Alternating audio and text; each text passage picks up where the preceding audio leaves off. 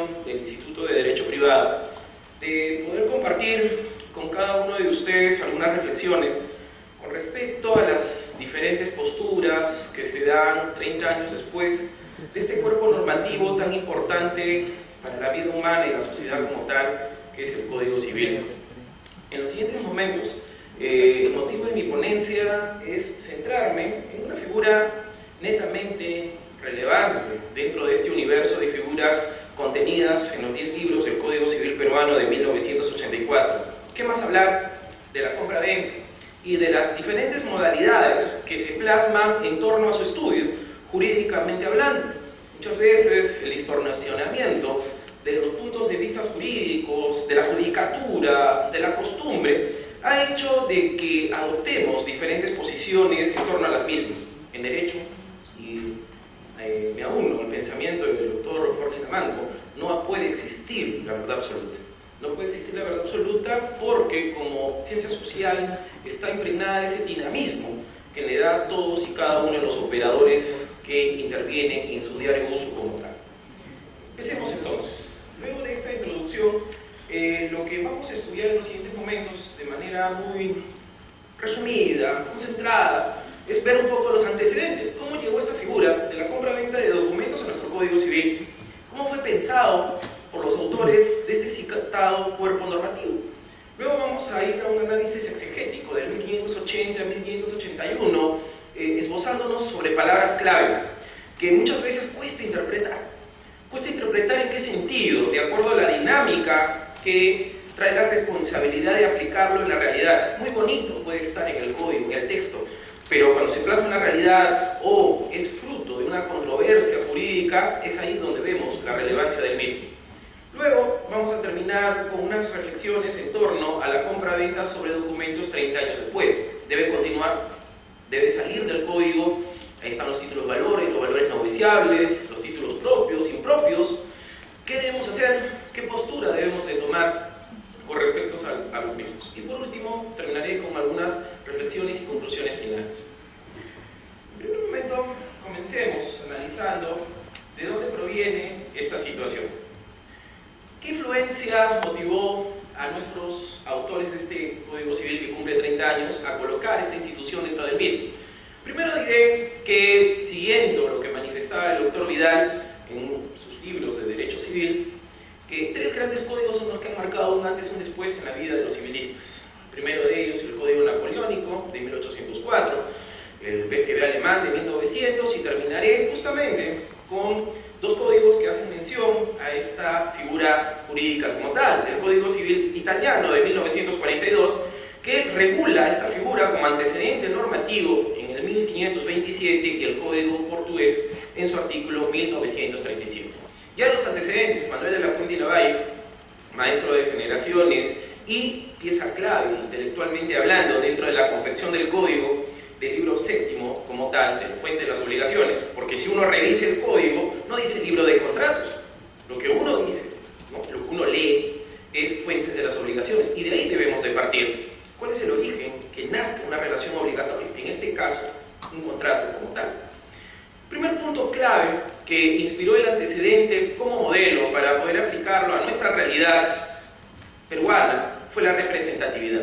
¿Por qué decimos eso? Porque la representatividad ocasiona, en primer término, una facilidad en el tráfico mercantil dentro del comercio. Es ilógico pensar que una sociedad no sea dinámica, que a diario lleve a cabo un intercambio que permita la satisfacción de necesidades en base a ¿qué? A bienes y servicios. Entonces, todo eso, no necesariamente yo tengo que tener el bien delante mío, físicamente tocarlo, para poder llevarlo a cabo. Entonces, una palabra clave para entender estos dos artículos y su presencia en el Código Civil, que pues vamos a ver si puede proseguir o no, es justamente eso, manejarnos sobre una figura clave que es la representatividad como tal. Es decir, no necesariamente yo tengo que tocar el bien, no necesariamente yo tengo que ver la mercadería para poder llevar a cabo ¿qué cosa? Un acuerdo de voluntades de tipo patrimonial, económico, como es el contrato. Otro objetivo que citan sobre todo la trascendencia de esta figura, y es citado por los autores italianos, Resónico, Bianca, etc., es el objetivo de desarrollar una compra-venta eficaz. ¿Qué significa eso? Una sociedad como la nuestra, dinámica, dinámica, poner muchos peros o trabas a las transacciones comerciales, seamos sinceros, nos hace perder clientes, compradores, etc. La representatividad, conjuntamente con lo que es la eficacia de llevar a cabo este tipo de contratos, tienen ese objetivo: hacer rápida, dinámica y facilitar a todo aquel que se acerque a la compra-venta que tenga, primero, la seguridad de llevar a cabo un acto jurídico patrimonial como este, y segundo, no escatimar, ¿qué cosa?, ninguna traba con respecto al tiempo, la distancia, que puedan ser óbices con respecto a la realización de este acto jurídico como tal.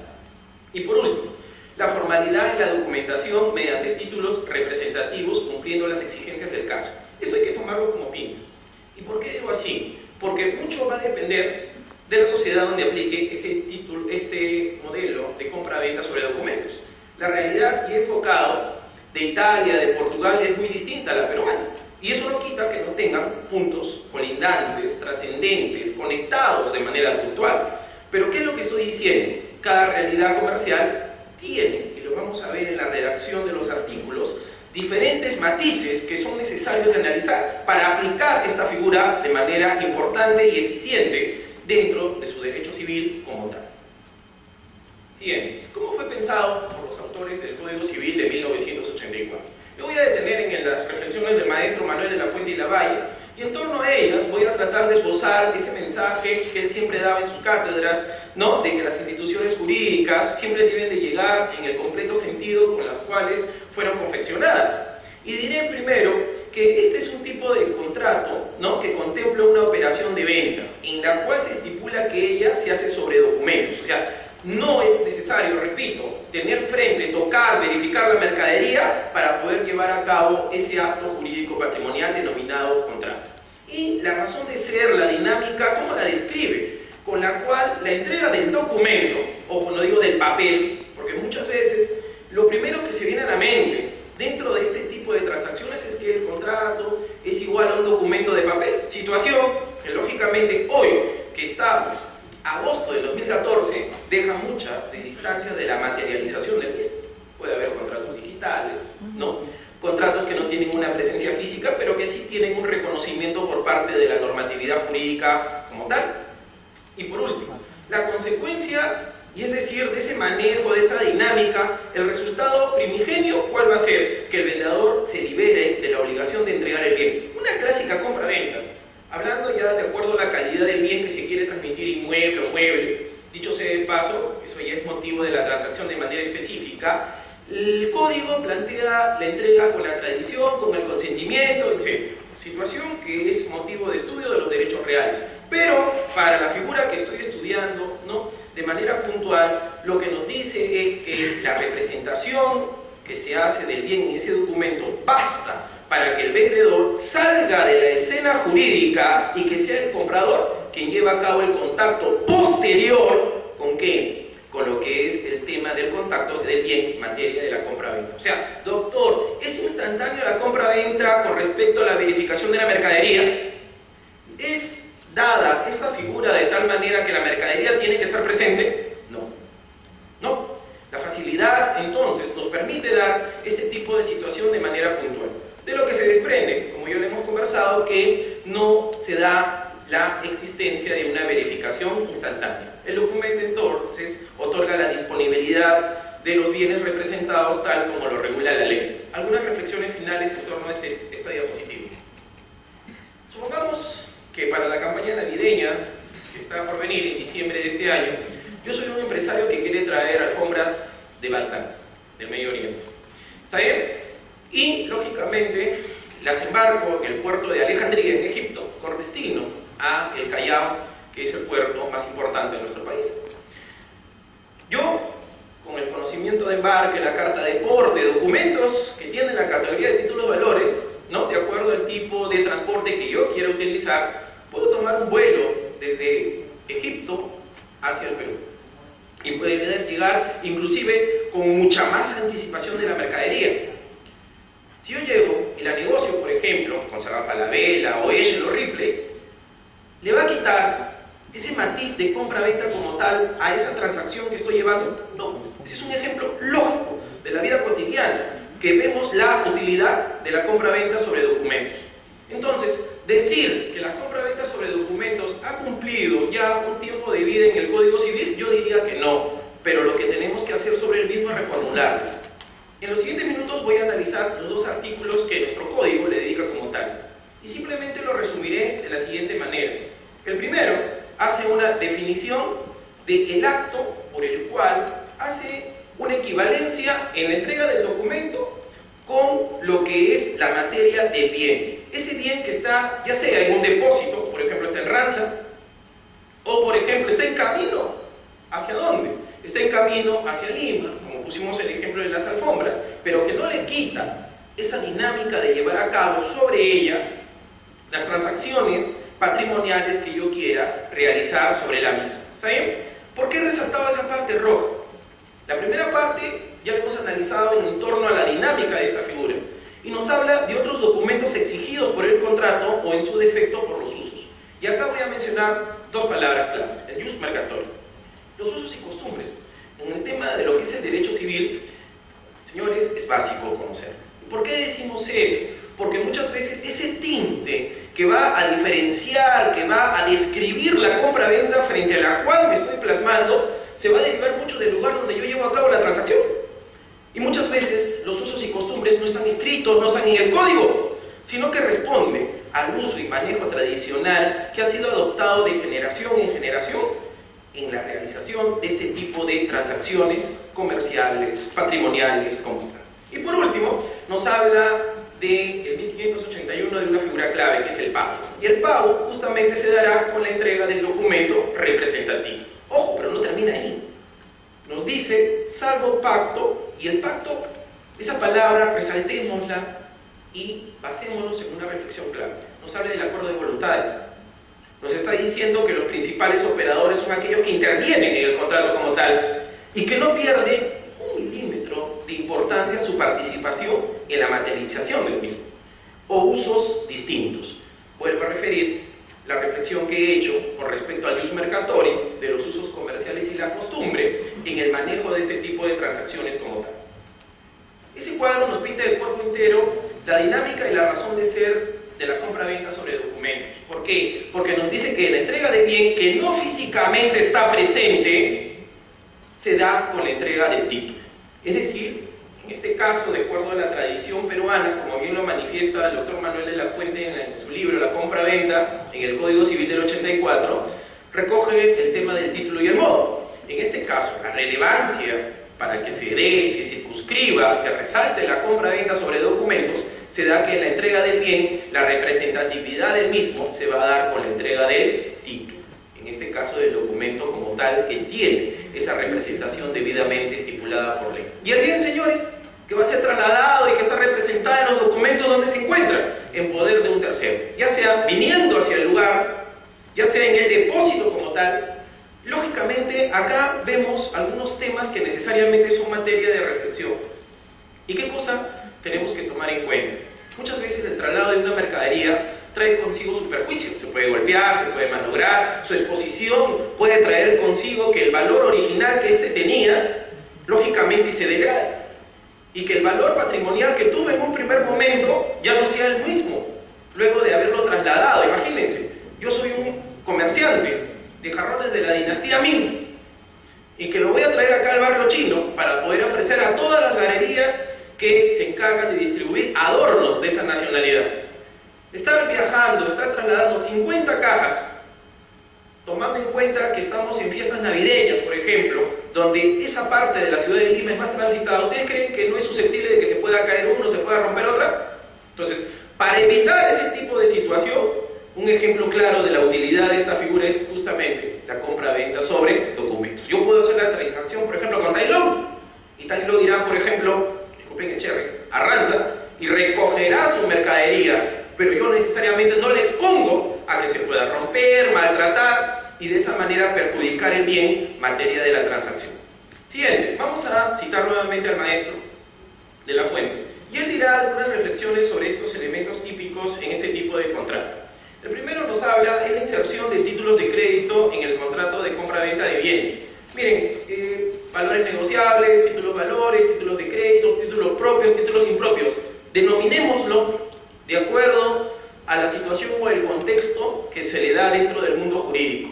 lo que nos está diciendo es que la compra-venta, por su dinamismo y evolución, no necesariamente requiere la presencia física del bien, sino que la representatividad nos va a permitir la facilidad en el comercio, la transacción del mismo. Eso es lo que nos está trasladando como mensaje final el maestro. Luego, lo que nos habla de la equidad funcional entre la entrega de la cosa y la entrega de los títulos. ¿Qué significa?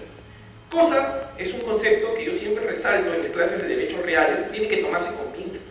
¿Por qué? Porque el concepto que debemos manejar hoy, en 2014, no es cosa, es bien. Si es un bien material, tal vez te lo puedo aceptar. Pero hay bienes que no son materiales, que no pueden tener la definición cosa. ¿Por qué? Porque lo primero que viene a nuestra mente, ¿qué es? La materialización, que sea concreto. Y hoy, en las transacciones comerciales, en un mundo en que vivimos, no todo lo que tiene valor patrimonial necesariamente tiene una representatividad física como tal. Un ejemplo, los derechos de autor, los diseños, las canciones. ¿Tienen un valor económico? Sí. Entonces, no es correspondiente utilizar entonces el término cosa como tal. Por último, la entrega del título libera al vendedor de la entrega del bien, corresponde al comprador hacer efectiva la entrega. Es un traslado de responsabilidad. El documento representa el bien. Con ese documento, el que está adquiriendo, comprador, se acercará a donde se encuentra o esperará la llegada del bien para materializar y concretizar su disponibilidad y hegemonía sobre el mismo. Luego, su presupuesto es que al momento de la compra-venta el bien se encuentra en poder de un tercero. El porteador, que puede ser el que lo está transportando, la carta de porte, el conocimiento de embarque, de acuerdo al medio en el cual yo lo estoy utilizando. Puede ser aire, tierra, por río o por mar. Luego nos habla del depositador, el ejemplo típico, los almacenes que hemos hecho acotación, el cual lo tiene por cuenta de ¿quién? Del vendedor, ¿no? Entonces, lo que nos está diciendo es que el vendedor entrega ese documento y se desprende de toda responsabilidad. El momento cumbre de llevar a cabo eso, ¿cuál es? Cuando el comprador no acoge esa representatividad del título que le ha sido trasladada. Por último, dicen, permite varias ventas sucesivas de la misma mercadería sin la necesidad de la tradición material de esta, sino solo mediante sus títulos representativos. Un ejemplo, yo le vendo a Ford, ¿no?, un jarrón de la dinastía Ming, le digo, Ford, anda, recoge la Arranza.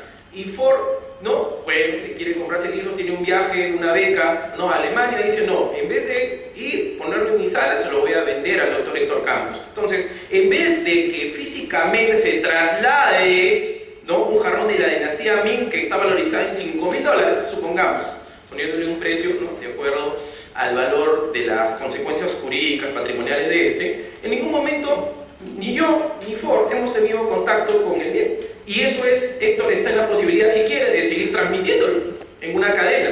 ¿Alguien ha tocado el bien? ¿Alguien ha besado el bien? No. Pero sí puede, como dice el maestro, llevar a cabo ventas sucesivas de la misma sin la necesidad de la tradición material de esta, sino solo mediante sus títulos representativos. Y por último, el pago se lleva a cabo en el lugar y en el momento de la entrega de los documentos, más no de la mercadería. Miren, y a esto nos lleva a reflexión lo que es el tema de los diferentes momentos en que se lleva a cabo la compra-venta. Tradicionalmente dicen, yo me compro un sándwich, yo me compro una camisa, pago al cash.